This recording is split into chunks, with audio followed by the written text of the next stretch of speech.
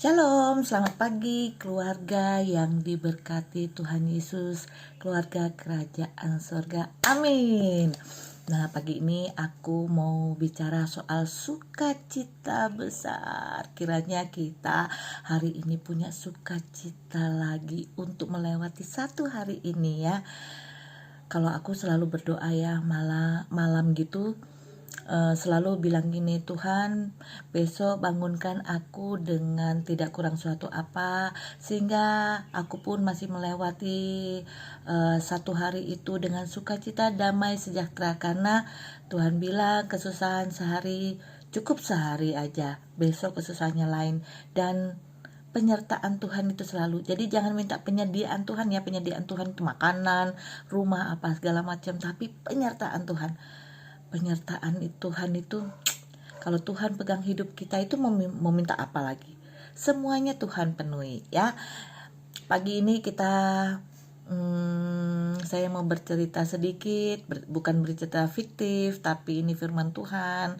Saya kasih judul Sukacita Besar. Nah, kadang-kadang aku suka kagok ya, saya ini karena biasanya lulu gue tapi nggak sopan gitu ya.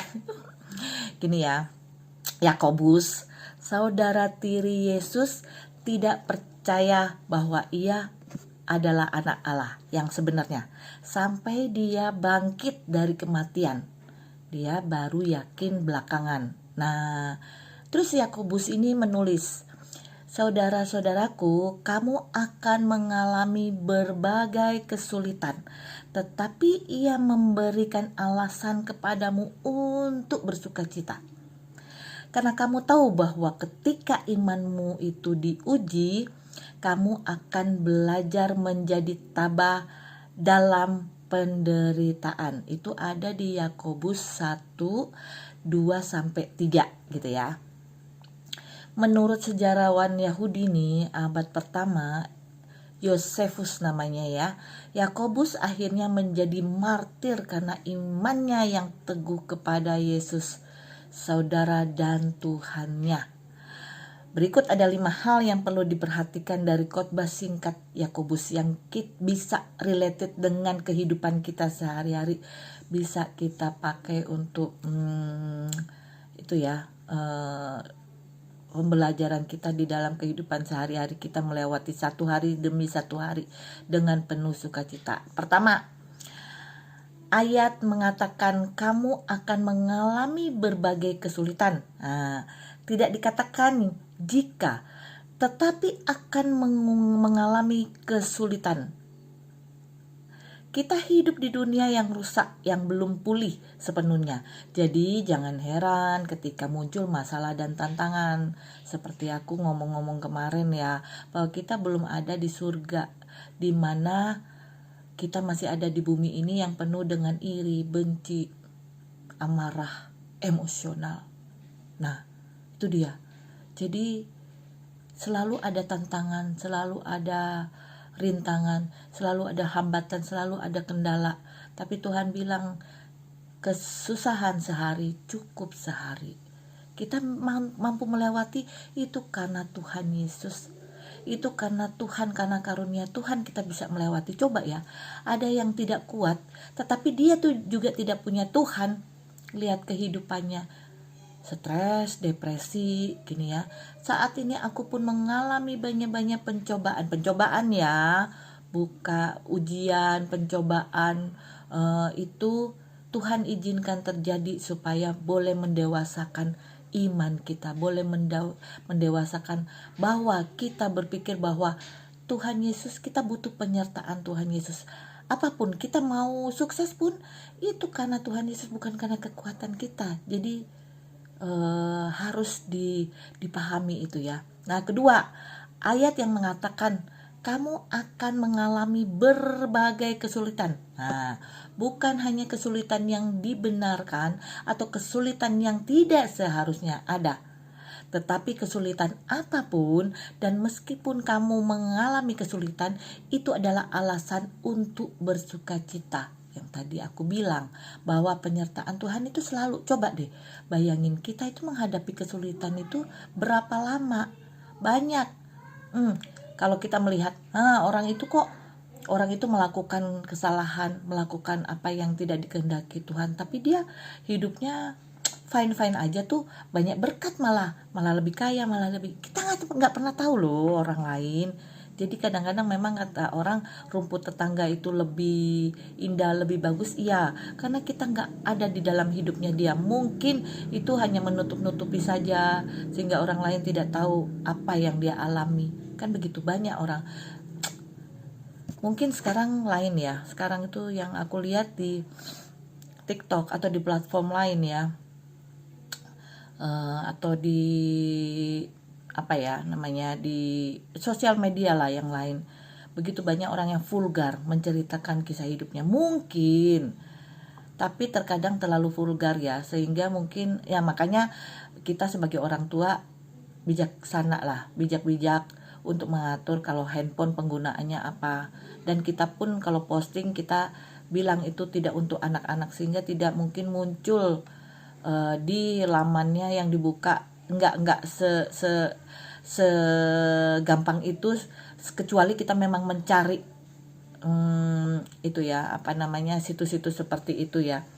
Tapi begitu vulgar seperti ya, LGBTQ, LGBT, dengan vulgar mereka menceritakan kehidupan mereka ya, dengan berbagai versi. Tapi banyak loh penonton, saya juga bingung. Ketika yang seperti itu kalau di mereka live itu beribu-ribu yang nonton. Aku juga nggak ngerti apa orang-orang masyarakat kita itu perlu suatu hiburan yang tidak normal, hiburan yang tidak biasanya gitu ya. Ini kan peralihan kayak transformasi atau transisi kehidupan manusia itu ya, ketika ada yang misalnya semakin ekonominya semakin meningkat, dia punya perilaku seperti apa. Ada yang semakin tertekan, mulai dari misalnya mungkin ya dari pandemi, kehidupan perekonomian tidak menentu, tertekan atau apa. Jadi mereka nyari yang bisa menghibur mereka ya. Tapi kadang-kadang mungkin pencariannya itu membawa kepada apa ya, malah hal-hal yang tidak bagus ya. Oke, kita lanjut. Ketiga, ayat menghubungkan masalah dengan ujian terhadap iman kita. Hal ini tidak berarti Tuhan yang menyebabkan setiap tantangan dalam hidup kita, melainkan Dia dapat menggunakannya untuk mengungkapkan apa yang tersembunyi di dalam. Dalam permurnianlah kita dibentuk agar serupa dengan Dia. Kayak aku tadi bilang ya, bahwa kita itu semua ujian, cobaan itu diizinkan terjadi untuk memurnikan kita. Memurnikan itu ya, kita tahu ya, emas ya, kalau dimurnikan berarti dilepas dari yang namanya kotoran-kotoran semua. Sama dengan kita sebenarnya ya, gitu ya. Kalau di Sunda itu ada ayak-ayak beas. Jadi orang-orang yang mempunyai perilaku atau itu negatif akan tereliminasi sendiri oleh alam. Nah, ini Tuhan izinkan semua ini terjadi. Kita itu mendewasakan kita, dapat sabarnya, dapat apanya ya, penguasaan diri, menahan emosi, kan kayak gitu ya.